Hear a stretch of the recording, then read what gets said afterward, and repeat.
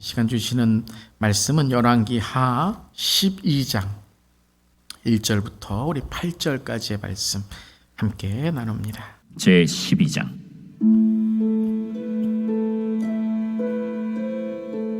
예후의 제7년에 요아스가 왕이 되어 예루살렘에서 40년간 통치하니라. 그의 어머니의 이름은 시비아라 브엘세바 사람이더라. 요아스는 제사장 여호야다가 그를 교훈하는 모든 날 동안에는 여호와 보시기에 정직히 행하였으되 다만 산당들을 제거하지 아니하였으므로 백성이 여전히 산당에서 제사하며 분향하였더라. 요아스가 제사장들에게 이르되 여호와의 성전을 거룩하게 하여 드리는 모든 은, 곧 사람이 통용하는 은이나 각 사람의 몸값으로 드리는 은이나 자원하여 여호와의 성전에 드리는 모든 은을 제사장들이 각각 아는 자에게서 받아들여 성전의 어느 곳이든지 파손된 것을 보거든 그것으로 수리하라 하였으나 요아스 왕 제23년에 이르도록 제사장들이 성전의 파손한 데를 수리하지 아니하였는지라. 요아스 왕이 대제사장 여호야다와 제사장들을 불러 이르되 너희가 어찌하여 성전의 파손한 데를 수리하지 아니하였느냐? 이제부터는 너희가 아는 사람에게서 은을 받지 말고 그들이 성전의 파손한 데를 위하여 드리게 하라. 제사장들이 다시는 백성에게 은을 받지도 아니하고 성전 파손한 것을 수리하지도 아니하기로 동의하니라. 아멘. 하나님의 말씀입니다. 하나님 말씀에 감사합니다. 오늘 하나님의 사람들 40번째 시간입니다. 우리 요아스 왕에 대해서 함께 나눕니다. 이제는 열왕기 상하의 분열 왕국을 함께 나누고 있습니다. 그래서 북이스라엘과 남유다의 땅으로 분열된 나라의 왕들에 대한 이야기를 함께 나눕니다. 그래서 북쪽은 북이스라엘이 다스리고요, 남쪽은 남유다로 다스리게 됩니다. 그래서 우리 지난 시간에 북이스라엘의 첫 번째 왕이었던 누구였죠? 여로보암에 대해서 함께 나눴고요. 남유다는 르호보암, 솔로몬의 아들부터 시작해서 이제 분열 왕국이 시작됩니다. 자, 오늘부터 이제 전체 왕들에 대해서 나누지 않겠지만 몇몇 중요한 왕들을 통해서 전체적인 열왕들에 대해서, 킹스에 대해서 함께 나누도록 하겠습니다. 우리 첫 번째로는 북이스라엘의 모든 왕은 악한 왕이었습니다. 그리고 남유다의 몇몇 왕은 선한 왕이었습니다. 제가 정확한 숫자를 쓰지 않고 몇몇이라는 거고 제가 이렇게 말한 것은 선했는데 악해진 왕들도 있어서 우리가 이게 선한 건지 악한 건지, 선했는데 악한 건지, 원래부터 악한 건지, 선하려고 하는데 악한 건지 할 때는 헷갈리고 혼돈이 돼서 그냥 몇몇 왕이라 그랬습니다. 그래서 우리가 함께 나누면서 정말 이것이 선한 건지 아니면 어떤 인간의 모습으로 연약한 것인지, 약한 것인지, 악한 것인지 좀 분별할 수 있기를 바랍니다. 우리 오늘 선한 왕, 악한 왕 뒷면에 우리 도표를 이제 보시면, 자, 오늘 교재 다 받으셨죠? 또 우리 온라인에 성도님들도 홈페이지에 들어가시면 또 우리 유튜브 디스크립션 보시면 또 교재 보실 수 있습니다. 왼쪽은 남유다이고요, 20명의 왕들이고 오른쪽은 이제 북이스라엘 19명의 왕입니다. 그래서 이렇게 칼라로 되어 있죠. 파란 것은 선한 왕이고 빨간 것은 악한 왕입니다. 그런데 이제 북이스라엘 보면 모두 다 어떻습니까? 빨갛죠. 빨간 색깔이 악하다, 파란 색깔이 좋다, 이런 색깔에 대한 차별이 아니라 그냥 구분하기 위해서 해놓은 건데요. 빨간 색깔은 다 북이스라엘은 악한 왕입니다. 왜 악한 왕의 그 첫 번째 여로보암이었죠?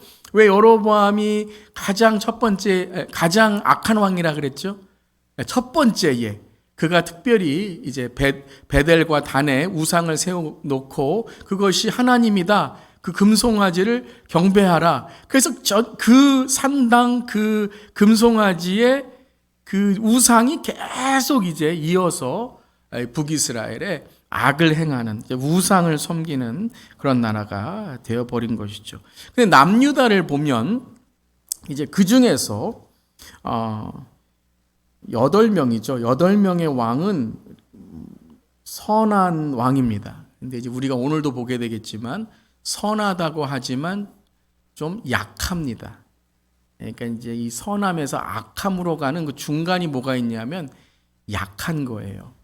신앙이 약하거나 의지가 약하거나 자기 신앙이 약하거나 약한 그런 모습을 통해서 그 의지가 이제 악함으로 바뀌게 되는 이제 모습이죠. 자, 오늘 이제 이 선한 왕들 중에 또 악한 왕들 중에 어떤 모습이 있는지 함께 오늘 보도록 하겠습니다. 그래서 앞으로 이제 이 공통점들을 좀 보시면서 이 악하게 되고 선하게 되는 이 모습이 무엇인지를 좀 오늘 보기를 원합니다. 오늘 첫 번째로 왜 선하고 악한가에 대한 그 시작에는 공통점이 있었습니다. 여러분들이 이제 왕의 이 열왕들의 이 짧은 소개일지라도 그 소개를 첫 번째 어떤 시작으로 보는가 거기에 공통점이 있다는 거예요. 우리 한번 공통점을 한번 찾아보도록 하겠습니다. 먼저 이제 아사, 여러분 이제 그 표에 보시면 제일 첫 번째 파란 부분이 이제 아사라는 왕이죠. 우리 한번 15장 9절 10절 열왕기상 함께 읽어보겠습니다. 이스라엘의 여로보암 왕 제20년에 아사가 유다왕이 되어 예루살렘에서 41년을 다스리니라. 그의 어머니의 이름은 마아가라 아비살롬의 딸이더라. 자, 여러분 잘 보세요. 뭐가 공통점으로 나오는지. 자, 그 다음에는 여호사밧이죠. 여호사밧을 처음 이제 시작 소개합니다. 함께 읽어보겠습니다. 이스라엘의 아방 제4년에 아사의 아들 여호사밧이 유다의 왕이 되니 여호사밧이 왕이 될 때 나이가 35세라. 예루살렘에서 25년 동안 다스리니라. 그의 어머니의 이름은 아수바라 실히의 딸이더라. 실히의 딸이더라. 그러니까 그 어머니의 이름을 또 나왔습니다. 어머니의 이름이 또 나왔어요. 네. 선왕 여호사밧이죠. 자, 그 다음에 이제 북이스라엘의 악한 왕 중에 아하시아라고가 있습니다. 아하시아, 이제 악한 왕인데 그 악한 왕을 우리에게 소개하는데 이렇게 소개해요. 함께 읽어보겠습니다. 유다의 여호사밧 왕 제17년에 아합의 아들 아하시아가 사마리아에서 이스라엘 왕이 되어 2년 동안 이스라엘을 다스리니라. 그가 여호와 앞에서 악을 행하여 그의 아버지 아합의 길과 그의 어머니 이세벨의 길과 이스라엘에게 범죄한 느밧의 아들 여로보암의 길로 행하며. 누가 등장해요? 아버지 어머니죠. 특별히 어머니가 등장합니다. 성경에서는 어떤 사람을 소개할 때 아버지는 당연히 소개합니다. 그리고 악을 행했을 때도 아버지가 악했다, 아버지가 선했다, 당연하게 소개합니다. 그런데 그 왕들을 소개할 때 어머니를 소개하는 거죠. 특별히 선한 왕을 소개할 때 어머니의 이름과 어머니의 출신을 말합니다. 자, 그 다음에 이제 오늘 요아스의 등장 이전에 아주 중요한 한 명의 여인이 있습니다. 자, 우리 역대하 22장 2절과 3절 함께 읽어보겠습니다.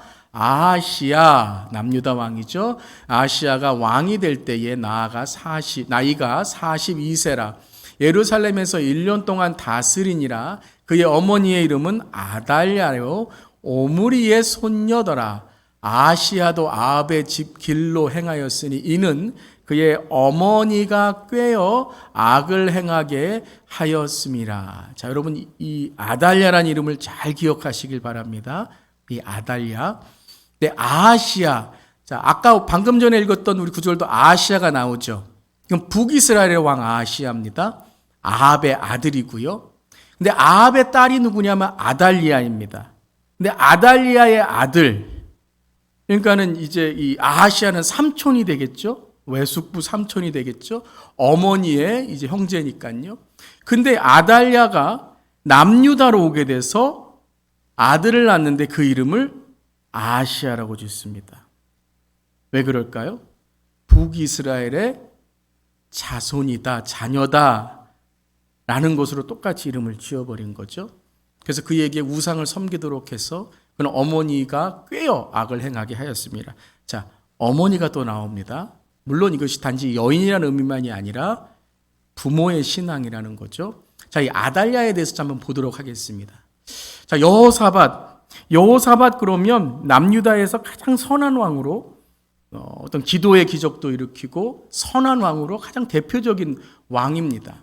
자, 여호사밧이 그 아들 여호람을 낳고 여호람을 누구와 결혼을 시키냐 하면요. 누구와 결혼을 시킵니까? 아달랴와 결혼을 시킵니다. 그러니까 여호람과 아달랴가 부부가 됩니다. 그러니까 이 아달랴는 누구의 딸이에요? 가장 악한 북이스라엘의 왕, 가장 악한 북이스라엘의 여왕 이세벨. 이세벨은 아주 악명이 높죠. 요한계시록에도 나오는 이세벨의 영. 이 딸이 아달랴입니다. 근데 선한 왕 여호사밧이 자기 아들 여호람과 아달랴를 결혼을 시킵니다. 물론 이것은 이 전략적인 거죠. 동맹을 맺은 거죠. 근데 아무리 동맹을 맺어도 그 악한 왕, 이 남유다를 공격하고 악하게 했던 아합과 이세벨의 딸과 결혼을 시켜야 되겠습니까? 여기서 약한 점이 나오는 거예요. 선하다는 건 참 하나님께 중요하고 귀한 것인데 약해요. 착한데 약하고 선한데 약해요. 그러니까 그냥 어떤 나라의 정책, 어떤 동맹, 아니면 뭐 돈을 벌어와야 되니까 어떻게 싸움에서 이겨야 되니까 특별히 이제 아수르가 점점 강해지게 되니까 북이스라엘과 동맹을 맺을 수밖에 없어요. 어떻게 북이스라엘과 여러분 의지합니까? 하나님을 의지해야죠. 이게 여호사밧이 선한 왕인데 약하다는 거예요. 그래서 아달랴와 결혼을 시킵니다. 결혼시킨 것까지는 그렇다고 쳐요. 그런데 아하시아가 이제 죽게 됩니다. 여러분 보세요. 4대 왕이 여호사밧이고 5대 왕이 여호람이죠. 6대 왕이 누구예요? 아하시아입니다. 1년밖에 통치를 못합니다. 그러면 그 다음에 요아스로 가야 되는데 누가 그 가운데 왕으로 들어와요? 여왕이죠. 아달랴가 들어옵니다. 아달랴. 그러니까 요아스의 할머니, 조모가 되는 거예요. 데비마마. 아달랴가 권력을 잡게 됩니다. 그러면서 이제 이 남유다는 위태하게 되는 거죠. 이 다윗의 가문이 위태하게 되는 거예요. 이때 이제 유다 왕 요아스를 하나님께서 이제 세우시는 거죠. 자, 이 요아스를 소개할 때에도 아주 동일하게 소개합니다. 오늘 우리가 읽은 열왕기하 12장 1절 2절 예후의 제7년에 요아스가 왕이 되어 예루살렘에서 40년간 통치하니라. 그의 어머니의 이름은 시비야라 브엘세바 사람이더라. 선한 왕 요아스의 어머니를 또 강조합니다. 물론 요아스는 어머니보다 더 중요한 사람이 있죠. 그를 왕으로 세운 사람이 있습니다. 자, 이것을 전체적으로 볼 때 이 열왕기 역대기의 이야기는요, 왕의 이야기이기도 하지만 가정신앙의 이야기입니다. 가정신앙의 이야기. 선하다, 악하다라는 것에 가장 중요한 역할을, 특별히 가정신앙에서 가장 중요한 역할에 열왕기서를 볼 때, 역대기서를 볼 때 어머니라는 거예요. 왜 아버지가 그렇게 악했는데 왜 그 아들이 선한 왕이 되었는가? 열왕기서는 이렇게 말합니다. 가정신앙이었다는 거예요. 아버지는 악해서 집을 안 돌보죠. 무슨 악한 왕이 가정을 돌봅니까? 떠돌아다니는 거죠. 악한 일을 행하고 우상을 섬기고. 근데 누가 그 선한 왕을 세운다고요? 어머니라는 거예요. 어머니. 물론 어머니가 악해지면 누가 세울까요? 아버지가 세우는 거죠. 그러니까 그 선함에는 분명 이유가 있었다는 거예요. 그 가정은 뭔가 달랐다는 거죠. 그것을 제일 첫 번째로 각 왕들을 소개하면서 강조하고 있다는 것이죠. 자, 오늘 요아스는 물론 이런 가정의 신앙도 있지만 또 하나의 더 중요한 하나님의 은혜가 있다라는 것이죠. 오늘 요아스의 이야기를 통해서 그 은혜를 함께 우리 발견하길 원합니다. 세 번째입니다. 요아스는 하나님의 세우신 사람들의 도움으로 선한 왕이 되었습니다. 열왕기하 11장 1절부터 3절. 요아스의 등장은 11장부터 등장을 합니다. 11장의 아달랴부터 시작해서 11장 그리고 12장이 이제 이 요아스의 이야기인데요. 열왕기하 11장 1절부터 3절 함께 읽어보겠습니다. 아하시아의 어머니 아달랴가 그의 아들이 죽은 것을 보고 일어나 왕의 자손을 모두 멸절하였으나 요람 왕의 딸 아하시아의 누이 여호세바가 아하시아의 아들 요아스를 왕자들이 죽임을 당하는 중에서 빼내어 그와 그의 유모를 침실에 숨겨 아달랴를 피하여 죽임을 당하지 아니하게 한지라. 요아스가 그와 함께 여호와의 성전에 6년을 숨어 있는 동안에 아달랴가 나라를 다스렸더라. 자, 아달랴, 우리 아까 여러분 소개해드렸죠. 이세벨의 딸이고 요아스의 할머니. 그런데 이 아하시아 아들이 남유다 왕이죠. 아들이 1년밖에 통치 못하고 죽게 됩니다. 그때 아달랴가 어떤 일을 일으키죠?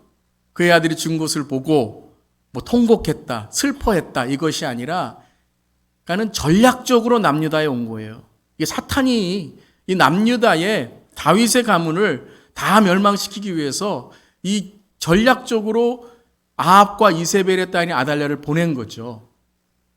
그때에 그가 왕의 자손을 모두 멸절하였어요. 왕이 죽었으니까 이제 아달랴가 자기가 여왕이 되려고 하는 거예요. 모두 멸절합니다. 그 왕의 자손들이 누구예요? 자기의 손주들이에요. 손주들. 그런데 그 손주들을 자기의 권력 그리고 북이스라엘의 그 악한 우상을 들어오기 위해서 그걸 섬기기 위해서 모두 죽입니다. 자기 손주들을. 그 귀여운 손주들을 모두 죽여요. 그때에 이 여호세바가 누구냐 하면 바로 아시아의 누이죠. 그러면 요아스에게 누굴까요? 고모죠. 고모. 고모. 여호야다 제사장은 고모부입니다. 그래서 여호야다 제사장과 여호세바는 부부입니다. 그러니까 이제 여호세바가 이 요아스를 숨겨둡니다. 요아스가 원래 왕이 돼야 돼요. 그런데 아달랴가 이 권력을 유다 왕이 되니까 요아스를 숨기게 되죠. 그와 그 유모를 침실에 숨겨 아달랴를 피하여 죽음을 당하지 아니하게 합니다. 그래서 요아스가 그와 함께 여호와의 성전에서 몇 년을 숨어 있어요? 6년을 숨어 있습니다. 그리고 그때에 이제 아달랴가 나라를 다스리게 되는 것이죠. 그러면서 이제 7회를 다스리게 됩니다. 원래 왕은 누구? 요아스죠. 요아스는 성전에 있어요. 왕이 성전에 있는 거죠. 그러니까 이게 무엇을 상징하냐면 하나님이 이 진짜 다윗의 가문의 왕을 보호하고 계신 거죠. 6년 동안. 그러면서 요아스가 무엇을 배우는가? 이제 앞으로 이제 7세에 요아스가 왕이 되었을 때 성전을 수리합니다. 하나님이 이 요아스를 통해서 성전을 수리하고 성전을 사모하게 하려고 성전에서 자라게 한 거예요. 왕궁에 있는 왕이 진짜 왕이 아니라 성전에 있는 왕이 요아스가 진짜 왕이라는 거죠. 이 세상에 있는 왕이 진짜 왕이 아니고 하나님의 성전에 계신 왕이 진짜 왕이라는 거예요. 우리에게 진짜 왕은 누구입니까? 여러분이 섬기는 진짜 왕은 누구입니까? 아달랴가 아니길 바랍니다. 예수 그리스도가 우리의 왕이 되시기를 바랍니다.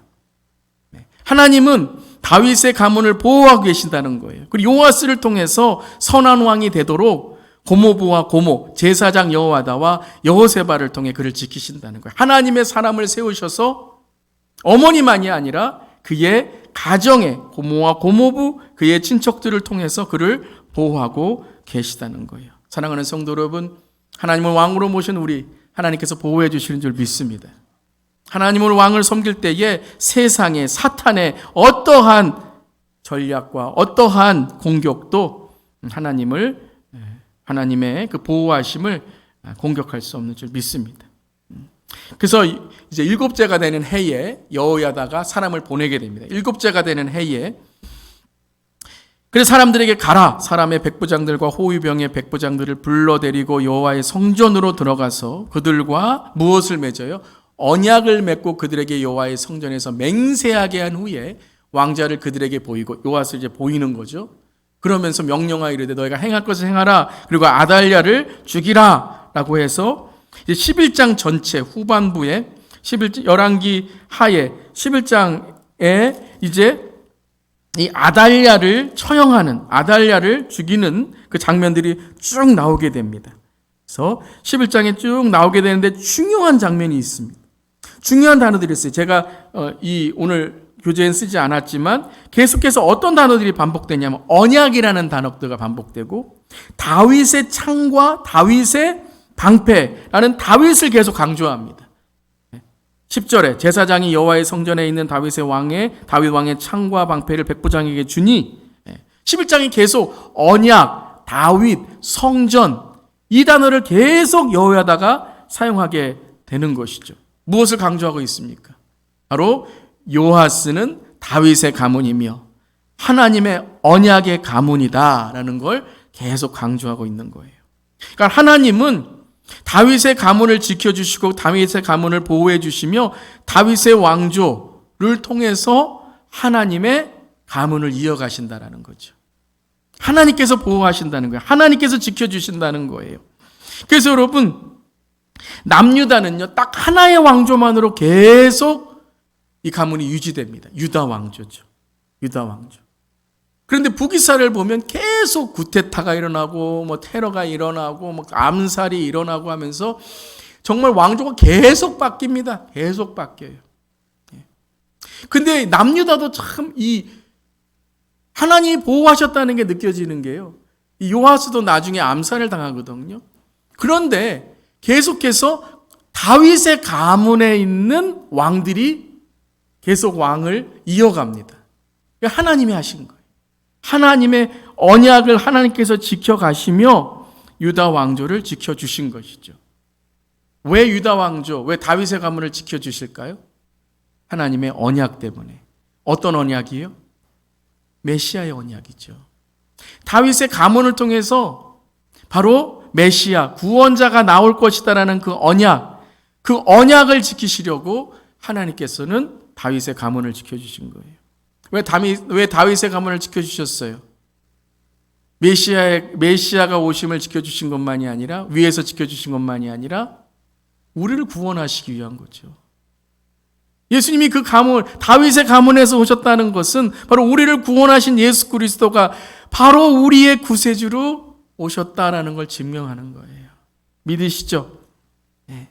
바로 오늘 이 하나님이 보호해 주신 것은 단지 다윗에게 주신 약속만이 아니라 우리에게 주신 하나님의 신실하신 약속을 오늘 하나님께서 말씀하시는 거예요.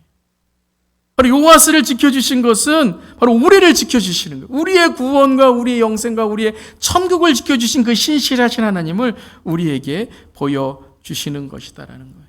하나님을 보호하시고 우리를 지켜주시는 줄 믿습니다. 바로 그것이 유다 왕조, 바로 요아스를 지켜주신 하나님이다라는 거예요. 그런데 요아스 또한 이 성전을 수리하고 오늘 우리 12장에 성전을 수리하고 또 성전에 있는 것들을 바치라. 그 소중한 것들, 그 성전을 수리하기 위해서 많은 것들을 바치라 하는 장면들이 쭉 나오게 되죠. 그런데 이 요아스가 여호야다 제사장이 죽은 후에 악한 왕이 됩니다. 악한 왕이 돼요. 열왕기 11장 21절을 보면 요아스가 왕이 될 때에 나이가 몇 세였어요? 7세였습니다. 너무 어린 왕이었어요. 예. 아달랴가 더 통치하는 것이 이게 하나님은 허용하지 않으셔서 요아스가 7세가 되었을 때 이제 하나님께서 왕을 삼으신 것 같아요. 근데 너무 일찍, 너무 어렸을 때 왕이 됐어요. 그래서 이 제사장 여호야다가 이 요아스의 어떻게 보면 이제 멘토가 된 거죠. 예. 뭐 말씀을 가리키고 또 정치를 가리키고 또 왕이 어떻게 행동할 가리키고 이 요아스의 하나의 아버지와 같은 사람이 바로 이 여호야다 제사장이었다는 것이죠. 근데 여러분 이 여호야다가 죽게 되니까 어떻게 돼요? 요아스가 더 이상 하나님 앞에 정직한 삶을 살지 못합니다. 그래서 열왕기하 오늘 12장 2절에 함께 읽어보겠습니다. 요아스는 제사장 여호야다가 그를 교훈하는 모든 날 동안에는 여호와 보시기에 정직히 행하였으되. 여러분 좀 분위기가 이상하죠. 여호야다가 살아있는 동안에는 요아스가 하나님을 잘 섬겼는데 여호야다 제사장이 죽고 난 후에는 무엇인가 변했다는 거예요. 그를 가리키고 교훈하는 동안에는 요아스가 정직 행하였으되. 역대하 24장 17절 18절을 보면 이렇게 요아스의 마지막에 그 인생의 그 타락과 변화를 이렇게 기록합니다. 함께 읽겠습니다. 여호야다가 죽은 후에 유다 방백들이 와서 왕에게 절하매 왕이 그들의 말을 듣고 그의 조상들의 하나님 여호와의 전을 버리고 아세라 목상과 우상을 섬겼으므로 그 죄로 말미암아 진노가 유다와 예루살렘에 임하니라. 여호야다가 살아있는 동안에는 너무 잘 예배도 드리고 기도도 하고 교회도 잘 다니고 하나님이 섬기는 그러한 성전도 수리하려고 얼마나 열심히 그렇게 열정을 다했는데, 물론 성전 수리가 중간에 이제 멈추게 되었지만요. 그런데 여호야다 제사장이 죽는 동시에 어떻게 했다고요? 첫 번째는 유다 방백들이 와서 왕에게 절하매 왕이 그들의 말을 들었어요. 하나님의 말씀을 들은 것이 아니라 그들의 말이 들었다는 거예요. 유다 방백들이 와서 절을 하니까 아마 기분이 좋았던 것 같아요. 야, 이젠 내가 왕이구나. 맨날 여호야다의 말만 듣다가 이제는 내가 왕이구나. 하나님의 말씀만 내가 맨날 듣다가 야, 이제는 내가 마음대로 해도 되는구나 라는 그런 생각이 들었던 거죠. 그들의 말을 듣고 그의 조상들의 하나님 여호와의 전을 버리고 아세라 목상과 우상을 섬겼으며, 가장 가증한 우상이라고 하는 아세라의 목상과 우상을 섬기고 그 죄로 말미암아 하나님의 진노가 임하게 되는 것이죠. 제사장 여호야다가 참 요아스를 보호하고 지키고 신앙을 가리키고 너무 많은 좋은 일을 했어요. 근데 한 가지 놓친 것이 있어요. 요아스의 하나님으로 만나게 하지 못했다라는 거예요. 요아스 자기의 하나님, 요아스의 하나님으로 만난 것이 아니라 제사장 여호야다 고모와 고모부의 하나님으로 요아스는 하나님을 만났다는 거예요. 그러니까 요아스가 죽으니까 어떻게 돼요? 더 이상 자기 앞에 하나님의 말씀을 가리키는 사람이 없었다는 거죠. 그때부터 방황하기 시작했다는 거예요. 여기에 또 하나의 선한 왕이 악한 왕이 되는 약함이 있다는 거예요. 자기 혼자 서지 못한다는 거예요. 자기 혼자 서지 못한다는 거예요. 신앙은 자기 하나님을 만나야 됩니다. 신앙은 자기 하나님을 만나야 돼요. 여호야다가 만난 하나님이 요아스가 만난 하나님이 돼야 되는데 요아스는 여호야다만 만난 거예요. 여기 아주 중요한 신앙의 또 하나의 교훈이 있는 것이죠. 가정신앙은, 우리가 다음 세대를 위한 신앙은 그저 교훈과 어떤 책망과 가르침으로 끝나면 안 된다는 거예요. 그들의 하나님을 만나도록 독립해 주어야 된다는 거예요. 여러분, 그들이 하나님을 만나도록 고민하게 만들어야 돼요. 때로는 방황하게 만들어야 돼요. 저부터 시작해서 우리가 우리 자녀들에게 하는 가장 실수 중에 하나가 뭐죠? 다 해주는 거예요. 다 해주는 거. 근데 여러분, 물론 사랑하기 때문에 다 해주고 우리가 그들을 사랑해주고 해야 되겠지만 신앙에 있어서는 정말 자신의 하나님을 만나도록 인도해 주어야 됩니다. 근데 그게 참 어려워요. 자신의 하나님을 만나는 게 참 어렵다는 거죠. 그렇기 때문에 우리는 날마다 기도하고 우리 자신의 말씀으로 깨어 있어야 되는 줄 믿습니다. 이것이 또 하나의 우리 중보 기도의 역할이기도 하죠. 중보 기도는 내가 당신을 위해 기도해 주겠습니다가 아니라 당신이 스스로 기도할 수 있도록 도와주겠습니다라는 거예요. 평생 기도해 줄 수 없습니다. 평생 중보기도로 도와줄 수 없어요. 중보기도는 하나님과 그 기도에 도움이 필요한 사람이 스스로 만날 수 있도록 내가 어느 때까지만 기도해 주는 거예요. 그리고 그분이 하나님을 만났다면 나는 그 자리에 서면 안 됩니다. 예수님이 그 중보기도자가 돼야 돼요. 예수님이 바로 그분의 구원자가 돼야 되는 것입니다. 요아스의 가장 안타까운 점은 그것입니다. 바로 그는 하나님을 만난 것이 아니라 여야다를 통해서 하나님을 알게 되었다는 것이죠. 히브리서 12장 1절 2절은 이렇게 우리에게 그 예수님만 바라봐야 된다라고 우리에게 이렇게 외치고 있습니다. 함께 읽겠습니다. 이러므로 우리에게 구름같이 둘러싼 허다한 증인들이 있으니 모든 무거운 것과 얽매이기 쉬운 죄를 벗어버리고 인내로서 우리 앞에 당한 경주를 하며 믿음의 주여 또 온전케 하시는 이인 예수를 바라보자. 누구만이 우리의 믿음의 주여 온전케 하시는 분이라고요? 예수 그리스도만이. 우리의 진정한 멘토 온전하신 분은 사람이 아닙니다. 여러분이 설교 가운데 하나님을 만나시길 바랍니다. 김영주 목사가 하는 설교만 들으시지 말고 성경에 그냥 나온 인물들의 그냥 하나님을 만나시지 말고 나의 하나님을 만나고 믿음의 주 온전케 하시는 예수님을 만나는 저렴 되기를 주님의 이름으로 축원합니다. 이 말씀은 정확해요. 우리에게 구름같이 둘러싼 허다한 증인들이 있으니예요. 증인들이 우리를 하나님 만나게 해주는 게 아니라는 거예요. 아브라함이 하나님이 아니고 모세가 하나님이 아니라는 거예요. 그들은 다 뭐예요? 증인이라는 거예요. 증인. 우리 부모는 증인이 돼야 될 줄 믿습니다. 우리 앞선 세대는 증인이 돼야 될 줄 믿습니다. 정말 우리가 기도해야 돼요. 우리가 앞으로 또 우리 왕들을 통해서 보게 되겠지만 왜 선한 왕의 자녀들이 악한 왕이 되는가? 왜 악한 왕의 자녀들이 선하게 되는가? 증인이 돼야 된다는 거예요. 그리고 그들이 여러분 오늘 말씀에 보면 그들의 무거운 것과 얽매인 것을 벗어버려야 된다는 거예요, 여러분.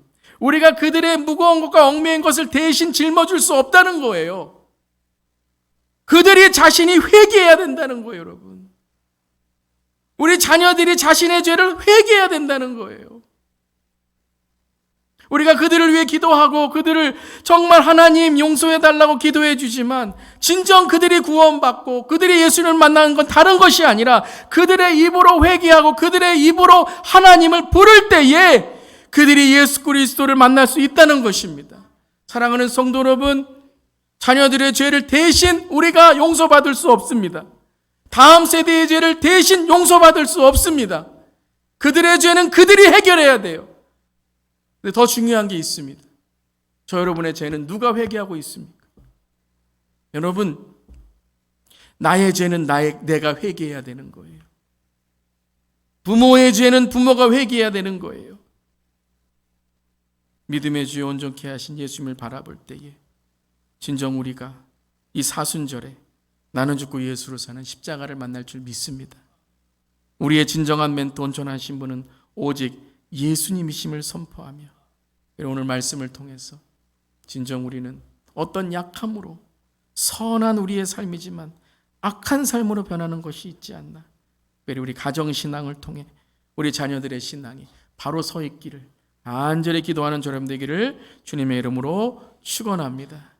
그러함으로써 오늘 3.1절에 우리 신앙의 선배들, 우리의 나라의 선배들이 자유를 위해 싸우고 신앙을 위해 싸우고 우리가 정말 여러분 33인 중에 얼마나 많은 그러한 기독교인들이 있었습니까? 사회에 영향력을 주고 믿음의 영향을 주었던 얼마나 많은 신앙의 선배들이 있습니까?